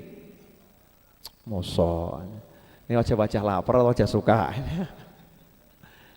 Saya ini belum makan siang sampai sekarang nih, belum makan siang, belum sempat makan siang karena keasikan nulis ya, belum sempat makan siang. Ini kelihatan wajah orang yang kelaparan atau enggak kelaparan? Enggak kelaparan, berarti jenengan enggak punya perasaan. Guyon. Tadi karena saya ngamalkan sunnah Rasul tadi SAW, maka ya enak itu. Memang betul-betul di badan enak. Siap untuk mengikuti episode lebih lanjut? Nah, terus zubatnya gimana? Dipending dulu apa ya zubatnya ya? Kita pending untuk episode nih sehari bersama Rasulullah SAW. Nah, hadirin dimuliakan Allah Subhanahu Wa Taala, melalui media majelis ini sekaligus saya pengen ngajak semuanya, ajak teman-teman ini terutama kalangan muda ya, ajak semuanya. Kira-kira Anda pengen buku ini hanya dinikmati segelintir orang atau dinikmati banyak orang? Dinikmati banyak orang.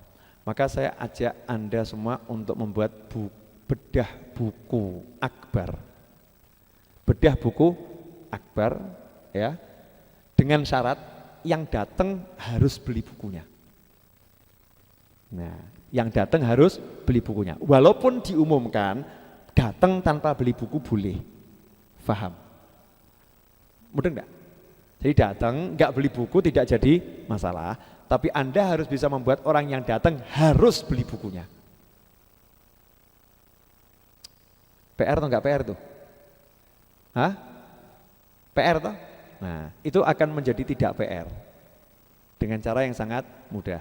Insya Allah nanti pertengahan Maret begitu buku terbit, kita akan buat bedah buku, tidak usah di mana-mana, kita buat di Majlis Ar-Raudhah. Di majlis kita sendiri, karena lebih bebas kita mau mengelolanya kan? Bebas mengelolanya, mungkin tidak langsung, ya satu sesi juga boleh lah, satu kali pertemuan, harinya Ahad, waktunya pagi, ya jam 9 malam, 9 pagi, jam 9 malam, jam 9 pagi, langsung dimulai, jam 1 selesai, jam 1 selesai, sholat zuhur berjamaah, terus makan berjamaah. Setuju? Makannya pakai nampan-nampan begitu. Ya, makan berjamaah. Ada yang protes, Habib kok sholat zuhurnya jam 1? Iya, karena dulu Nabi tidak langsung sholat zuhur juga. Ya, kadang Rasul itu lihat situasi dan kondisi. Kalau musim panas sholat zuhurnya itu diundur lagi sama Rasulullah SAW. Sampai bayangannya gedung-gedung itu bisa nutupi orang. Bisa nutupi orang sehingga yang jalan ke masjid tidak kepanasan. Artinya kalau musim panas Rasul nunggu matahari itu agak condong ke arah asar gitu ya, biar orang yang sholat tidak kepanasan. Jadi Islam itu agama yang menyenangkan untuk pemeluknya. Cuman kadang pemeluknya yang membuat Islam itu tidak menyenangkan untuk dirinya dan orang lain. Kalimat terakhir ini perlu dicatat. Ya. Islam itu agama yang sangat menyenangkan untuk pemeluknya, cuman pemeluknya sendiri yang membuat agama itu menjadi tidak menyenangkan untuk dirinya dan untuk orang lain. Betul kan? Oh ya. Cukup jelas? Nah, saya mau ngajak semuanya untuk jadi agen penjual buku sehari bersama Rasul. Kira-kira siap enggak jadi agennya? Tanpa keuntungan 1 rupiah pun. Siap? Karena 100% hasil dari jual buku ini insya Allah akan kita gunakan untuk melunasi kekurangan 1,4 miliar yang harus kita lunasi 15 Mei. Berarti kita punya waktu, kalau kita buku itu jadi tanggal 15 Maret kurang lebih, berarti kita punya waktu cuma 2 bulan untuk menjual buku, menghasilkan uang 1,4 M. Paham? Berarti kita punya waktu cuma 2 bulan dan yang harus kita jual minimal 20.000 eksemplar. Wow. Banyak atau dikit? Dikit. Dikit. Saya mau nanya, yang ngaji di Ar-Raudhah itu banyak atau dikit? Banyak. Yang ngaji di luar Raudhah banyak atau dikit? Banyak. Yang ngaji di mana-mana banyak atau dikit? Banyak. Berarti jual gampang atau susah? Gampang. Kalau jenengan mau jadi duta-dutanya Ar-Raudhah khusus, ini edisi khusus. Jadi apa ya? Penjual buku yang nanti orang yang membeli, orang itu bisa mencontoh Nabi Muhammad SAW. Berarti kalau orang itu membaca, mengamalkannya, jenengan dapat pahala double. Belum dibaca dan belum diamalkan, belum dibeli, sudah dapat pahala. Begitu dibeli, dapat pahala lagi. Kira-kira itu untung atau enggak untung? Untung. Jadi enggak usah dikasih untung, sudah untung atau belum? Sudah untung. Lah kira-kira merasa malas atau bersemangat? Ini teknik marketing yang makso ini. Ya, saya mengajak semuanya bangun Raudhah itu, bukan saya sendiri. Siap? Insyaallah siap ya. Nanti kita coba praktekkan langsung pertengahan Maret. Saya buat bedah buku di 2 tempat, 1 di Malang, 1 di Solo. Jogja menyusul. Ya, Jogja akan kita buat juga. Kita akan menghubungi banyak orang agar orang itu ini. Jadi nanti iklan saya begini, sehari bersama Rasul mengubah hidup Anda sepanjang masa. Ya, sehari bersama Rasul mengubah hidup Anda sepanjang masa. Sangat menarik. Ini sudah ada yang mau merubah cara hidup paginya nih?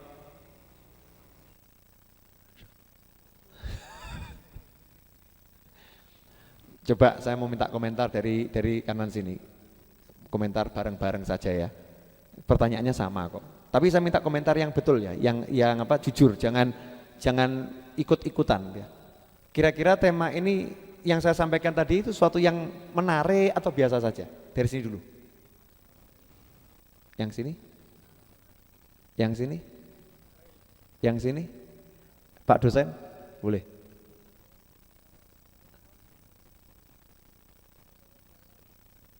Oke, pertanyaan. Kalau perempuan bagaimana? Nanti akan saya jelaskan. Jadwal Rasul itu berlaku untuk pria dan wanita.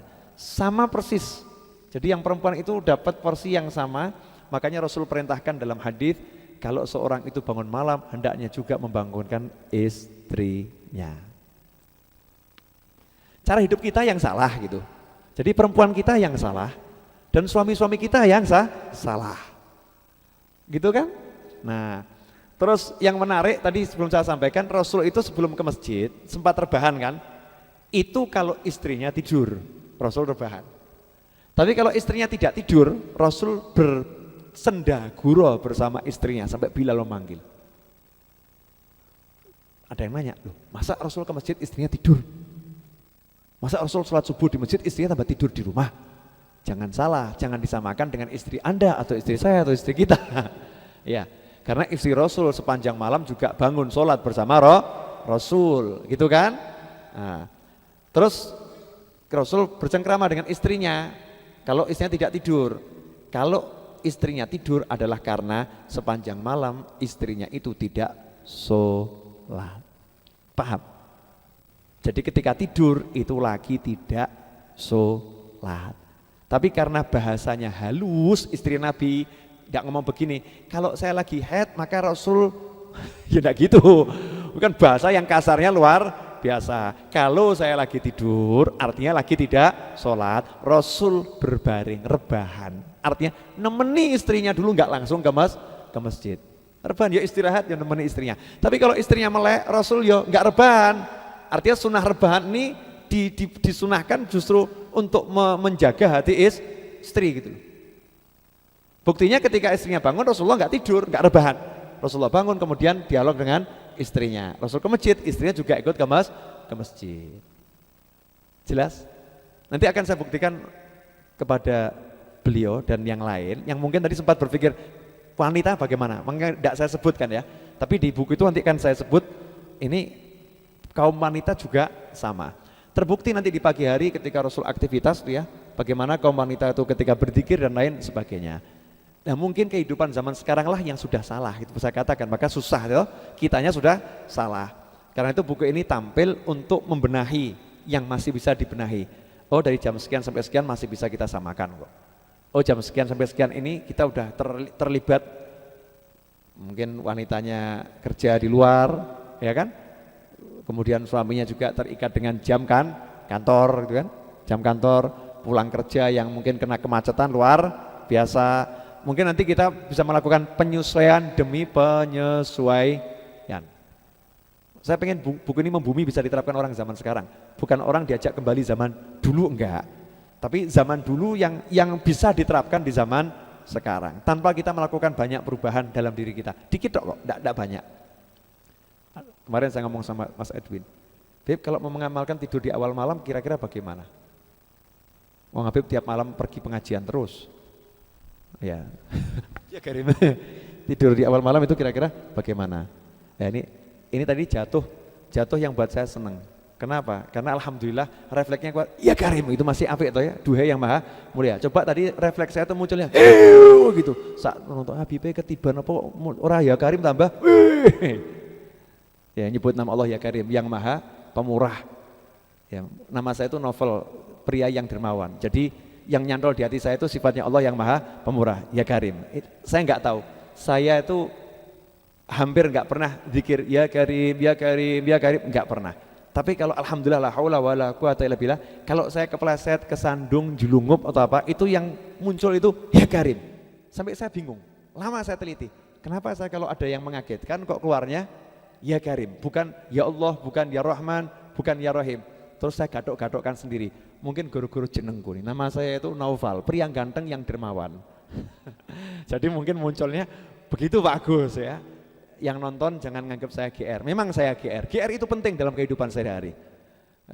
GR itu kan nama lain dari orang yang optimis, bukan orang yang pesimis. Tapi bukan sombong ya.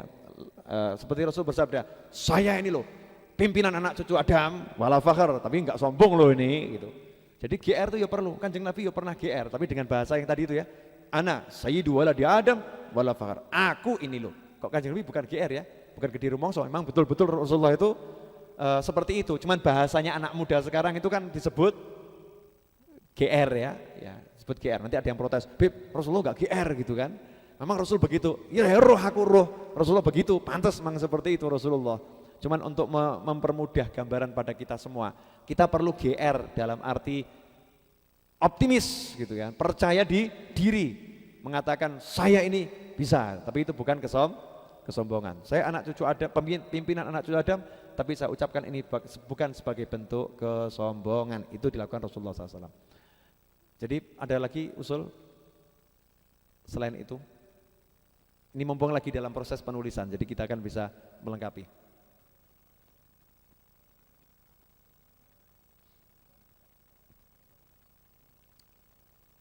Artinya lebih dimunculkan rasa orang tahu perempuan terlibat juga, sehingga perempuan bisa mencontoh.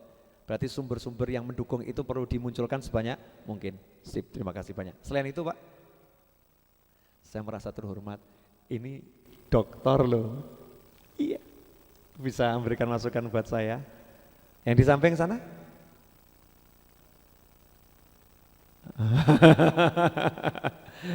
Ya karena ini katanya Pak Dokter ini pemerhati perasaan kaum wanita yang sering dilupakan orang, maka diingatkan di sini.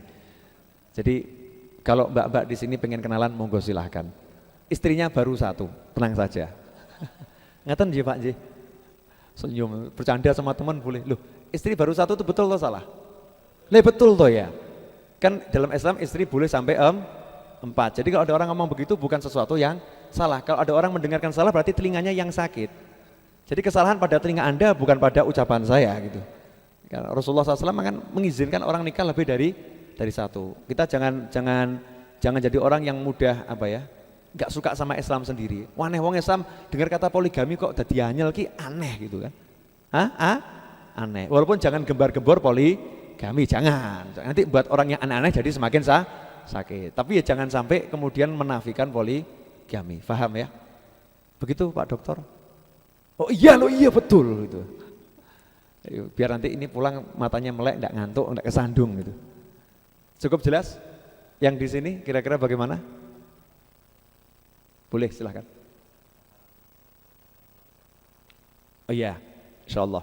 Itu nanti itu bagian. Ini kan saya baru bicara tadi dari istilahnya Rasul bangun tidur ya, baru sampai sholat subuh. Nah nanti itu pun udah kelihatan Rasul sangat memberikan waktu untuk pasangannya. Habib, pasangan saya jauh. Saya ada di Solo, istri saya di Jakarta. Misal begitu, telepon kan bisa. Telepon kan bisa. Habib, saya ada di Papua, istri saya ada di Yogyakarta, misal kan. Yogyakarta, Papua kan mungkin terjadi itu. Ya. Halo, gimana kabarnya? Telepon sebelum sholat subuh. Ya, kalau belum bangun ya bangunkan ya, kalau waktu sholat. Kalau udah bangun ya ngobrol dikit. Itu sapaan di pagi hari, itu keberkahan. Karena kalau warga itu pagi-pagi sudah enak ngobrolnya, hati itu jadi enak. Kemudian nanti aktivitas Rasul ketika habis sholat subuh itu loh, setelah dzikir dan doa yang duduk cukup lama itu menarik sekali.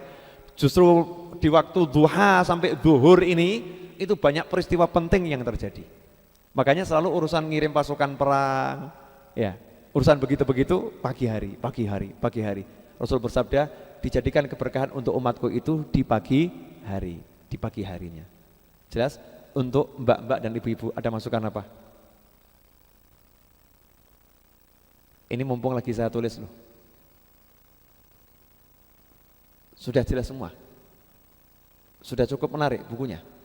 Sudah terwakili oleh yang tadi menambahkan? Sudah?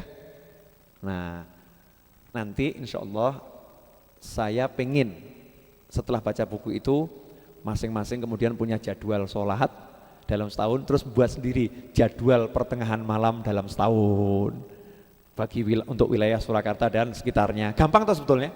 Itu tinggal ditambahkan toh. Itu ada waktu subuh, zuhur, asar, maghrib, isya, duha kan sudah ada. Tapi waktu pertengahan malam belum pernah dibuat, ya kan? Pertengahan malam. Kemudian 1/6 akhir malam, jam sekian. Nanti kalau ada yang bisa buat untuk wilayah Surakarta dan sekitarnya, Jakarta dan sekitarnya, serahkan sama saya. Nanti saya teliti, tinggal kita upload di internet, sebar luas kan, itu manfaat buat orang yang pengen tahajud biar pas waktunya jam berapa, mau mulai tidur enaknya jam berapa, biar betul-betul sesuai dengan Nabi Muhammad SAW. Di pesantren itu syar'i betul, pesantren itu tidur di awal waktu, habis sholat isya kemudian makan itu kan ya, setelah itu kan diperintahkan untuk tidur, yang tidak tidur dihukum cambuk. Walaupun ada sebagian yang nggak suka gitu hukum cambuk ya. Hukum cambuknya bukan seperti hukum cambuk itu yang dihebohkan, besar-besarkan, ya cuman gitu, ayo gitu aja, biar orang disiplin. Orang di pesantren itu bukan sakit dipukulnya nggak sakit, tapi malunya itu. Malu kalau sampai gurunya mukul tuh malu. Ya, karena hormat sama gurunya. Dipukul guru itu malu. Jelas? Ini akhirnya laptop nggak sempat dipakai. Ya, belum sempat dipakai. Kenapa saya kok masih suka duduk di sini ya? Ya, karena memang ini lagi di Taman Surga. Terima kasih ya atas perhatiannya.